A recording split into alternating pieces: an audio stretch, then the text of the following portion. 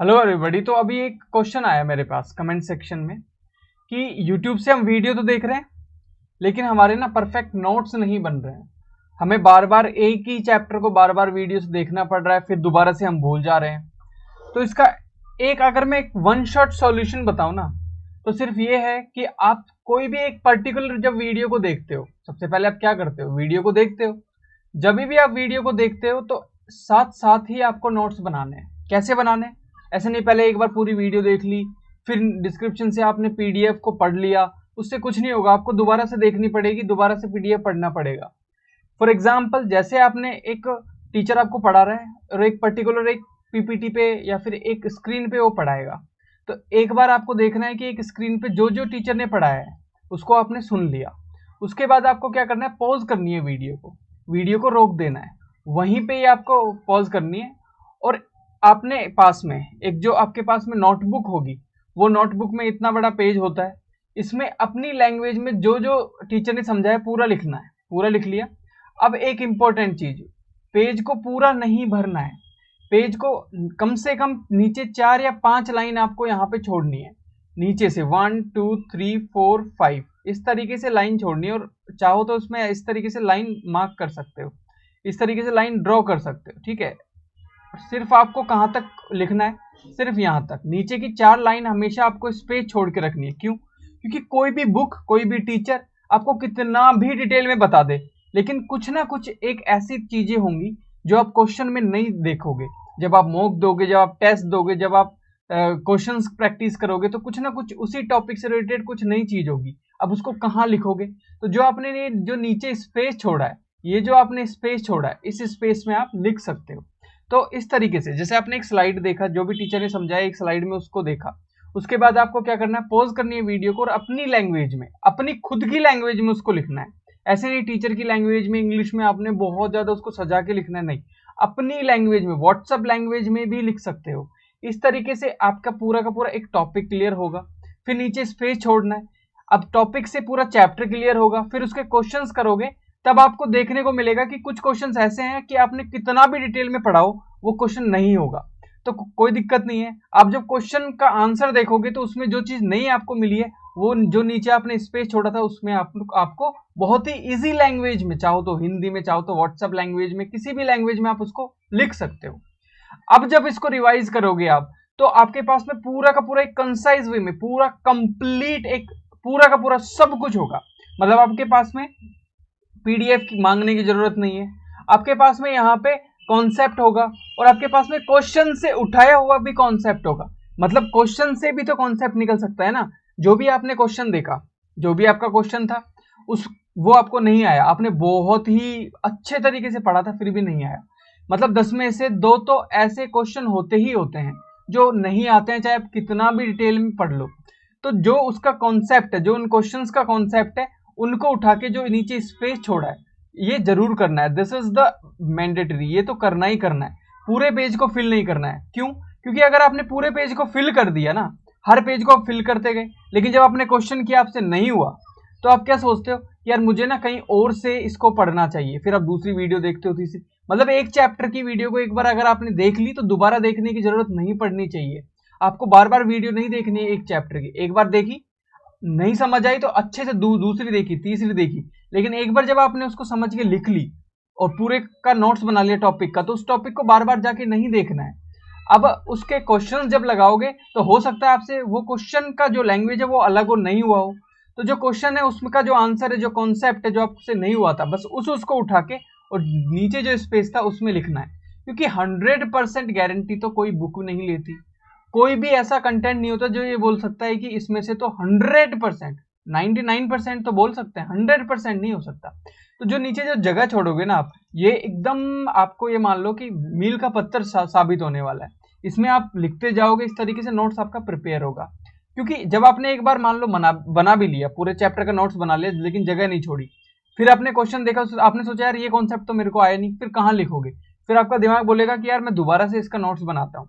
तो आप एक ही चैप्टर में घूमते रह जाओगे, एक ही चैप्टर, उस लूप में फंस जाओगे। तो इसलिए इस लूप से निकलने के लिए आपको यही करना है कि एक बार अच्छे से आपको चैप्टर समझना है, टॉपिक समझना है, उस टॉपिक को लिखना है अपनी लैंग्वेज में, इंग्लिश ज्यादा उसमें सजाने की जरूरत नहीं है, बहुत इजी लैंग्वेज में लिखो। जितनी इजी लैंग्वेज में उसको लिख सकते हो उतनी इजी लैंग्वेज में लिखो, वो आपकी खुद की लैंग्वेज होगी। जब आप पढ़ोगे तो आपको पता होगा कि यार इसका मतलब ये है। क्लियर? और फिर नीचे जो जगह छोड़ी है उसके अंदर क्वेश्चन से उठाए हुए कॉन्सेप्ट को आपको लिखना है इस जगह में। और अगर खाली भी रह जाती है कोई बात नहीं, रहने दो, इससे क्या हो रहा है, इतनी सी जगह खाली रहनी भी चाहिए, स्पेस होना चाहिए, और साफ साफ लिखना है, ये बहुत इंपॉर्टेंट है। तो 3 बातें आपको याद रखनी है कि लेक्चर को एक बार ही देखना है, एक चैप्टर को एक बार ही देखना है, अच्छे से देखना है। एक स्लाइड देखिए आपने, पॉज करना है वीडियो को, और जो नोटबुक है उसमें आपको लिखना है। नोटबुक को पूरा नहीं फिल करना, नीचे से कम 4-5 लाइन आपको छोड़नी है, और बिल्कुल लाइन ड्रॉ कर देनी है कि ये छोड़ी हुई लाइन है। जब आप क्वेश्चंस करोगे इस टॉपिक के, तो जो नई चीज आपको पता लगेगी वहां पे आपको लिखनी है जो आपने जगह छोड़ी थी। जैसे ही आप लिखोगे फिर आप रिवाइज करोगे, your question and your concept both will be ready together. जब दोनों एक साथ आएंगे तो you can S any exam, आप किसी भी एग्जाम को जाके आप क्रैक कर सकते हो। अगर आपने क्वेश्चन को किया और जो कॉन्सेप्ट आया उसको नहीं लिखा, तो वही क्वेश्चन अगर रिपीट हुआ, आपको कितने भी अच्छे तरीके से कॉन्सेप्ट आता हो, लेकिन अगर वो क्वेश्चन उस टाइम पे नहीं आया तो क्वेश्चन के मार्क्स मिलते हैं ना, कॉन्सेप्ट आने के नहीं आने के मार्क्स नहीं मिलते हैं। सिंपल सी बात है, जो क्वेश्चन आपके सामने फेंक के मारे जाएंगे, अब वो 30 क्वेश्चन में से कितने कर पाते हैं उस बेसिस पे आपको एनालाइज किया जाता है। तो वो क्वेश्चन जब आप करोगे दैट इज इंपॉर्टेंट, इसीलिए क्वेश्चन पेपर जरूरी होता है। जैसे चैप्टर पढ़ा उस चैप्टर के क्वेश्चंस करना इसीलिए जरूरी होते हैं, क्योंकि एग्जाम में क्वेश्चन पूछे जाते हैं। टीचर चौक पकड़ा के ऐसे नहीं पूछता कि जाके इसको एक्सप्लेन कर दो, टीचर सिंपल सा बोलता है कि ये क्वेश्चन, इसका आंसर दो।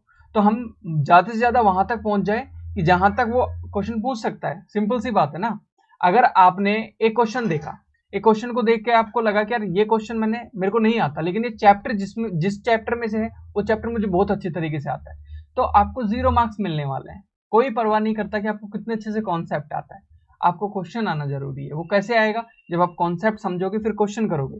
क्वेश्चन हो सकता है कि आपका ऐसा हो कि जो कॉन्सेप्ट आपने पढ़ा है उसमें से हो ही ना, तो आपको दोनों चीजें साइमल्टेनियसली एक रेजोनेंस की तरह लेके चलनी है। अगर आप इसको फॉलो करोगे तो मैं गारंटी दे सकता हूँ आप बहुत ही अच्छा स्कोर करके आओगे। तो ये एक तरीका है। क्वेश्चन प्रैक्टिस करना एक बहुत बड़ा मील का पत्थर, मतलब मैंने देखा है कि लोग सिर्फ और सिर्फ क्वेश्चन करके बहुत अच्छे मार्क्स गेन करते हैं। अब मैं इस चीज को एनकरेज नहीं कर रहा कि मार्क्स लेके आओ, नॉलेज के लिए मत पढ़ो, लेकिन at the end of the day marks तभी आएंगे जब कॉन्सेप्ट अच्छा होगा। कॉन्सेप्ट अच्छा होगा तो क्वेश्चन कर पाओगे। लेकिन कोई कॉन्सेप्ट ऐसा छूट ना जाए जो आपको नहीं आता हो, तो उनकी हेल्प से, किसकी हेल्प से? क्वेश्चंस की हेल्प से हम ऐड ऑन करते जाएंगे।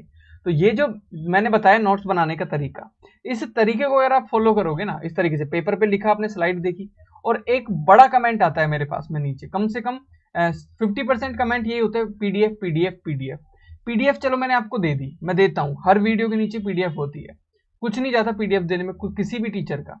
अब पीडीएफ का करोगे क्या? अगर आपको वो टॉपिक आता ही नहीं है, आपसे क्वेश्चन नहीं होगा, तो पीडीएफ का क्या करोगे? अचार डालोगे? नहीं डाल सकते। तो आपको सिंपल सा ये करना है कि पीडीएफ के पीछे नहीं भगना है, आपको खुद की अपनी पीडीएफ बनानी है, चीजों को समझ के अपने नोट्स बनाने हैं। क्योंकि पीडीएफ लेके फोन में पड़ी रहेगी, फोन में घुसोगे देखने के लिए, फिर रील देखने लग जाओगे, फिर शॉर्ट्स देखने लग जाओगे, एट द एंड करोगे क्या? पीडीएफ का कुछ नहीं करोगे ना। चलो फोटोकॉपी निकाल के रखोगे, अरे फोटोकॉपी नहीं यार, फोटोकॉपी की मशीन मत बनो, स्कैनर बनो, चीजों को दिमाग में एकदम एब्जॉर्व कर लो, उसके बाद में उनको पेपर पे लिख लो अपनी लैंग्वेज में, नीचे जगह छोड़ो, क्वेश्चन प्रैक्टिस करो, क्वेश्चन में जो कॉन्सेप्ट नहीं समझ आ रहा उस कॉन्सेप्ट को अपनी लैंग्वेज में नीचे जो स्पेस छोड़ा था उसमें लिखो।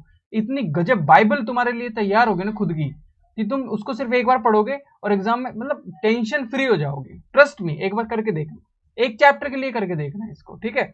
तो ये करना आपको।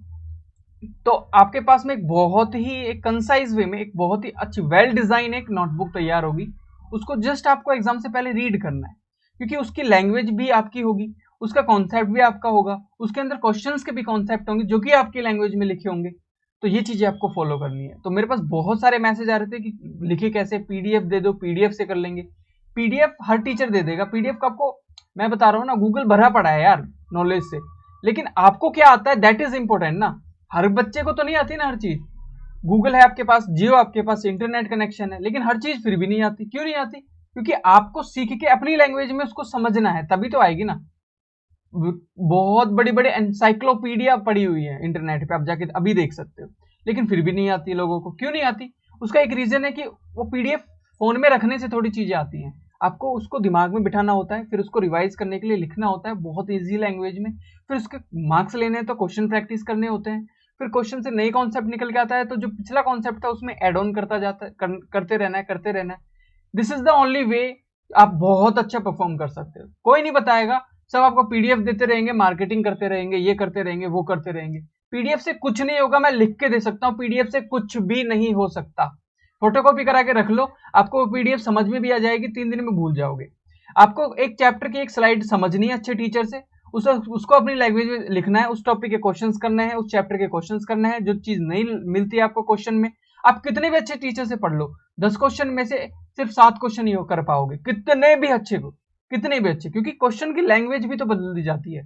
फिर क्वेश्चन से नया जो कॉन्सेप्ट मिला है उसको नीचे आपने लिखा, अब जो तैयार होगा वो बहुत बेस्ट मटेरियल होगा जो आपके जितने भी क्लासमेट हैं उनसे, तब आप अच्छा स्कोर करोगे। This is the only way, please trust me. आप पीडीएफ रख के कुछ नहीं उखाड़ पाओगे। तो अगर आप एग्री करते हो इस बात से कि पीडीएफ इकट्ठी करके नहीं आते मार्क्स, तो नीचे कमेंट सेक्शन में लिखो। तो अगर अच्छा लगा शेयर करो, जो पीडीएफ करते रहते हैं और जो पीडीएफ बांटते भी रहते हैं, ठीक है, बहुत सारे यूट्यूबर्स हैं।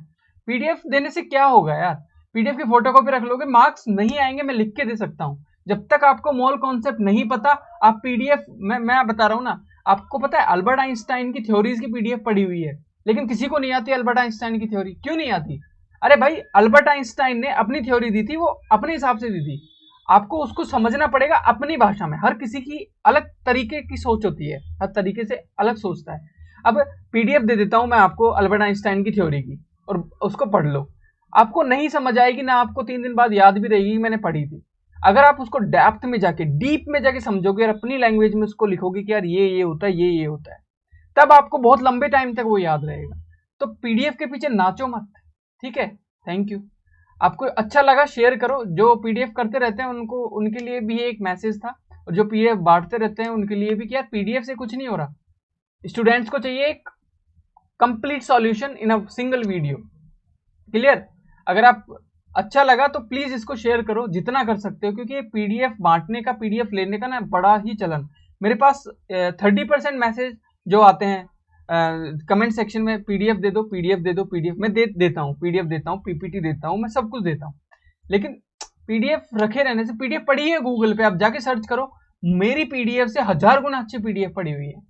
लेकिन पीडीएफ से नहीं समझ आएगा, आपके कॉन्सेप्ट क्लियर होने चाहिए, वो लिखे अपनी लैंग्वेज में होने चाहिए, उसके क्वेश्चन प्रैक्टिस होने चाहिए, क्वेश्चन से कॉन्सेप्ट आपके नोटबुक में होने चाहिए, then only you can crack the exam, any exam, IIT हो, एनआईटी हो, दुनिया का कोई एग्जाम हो।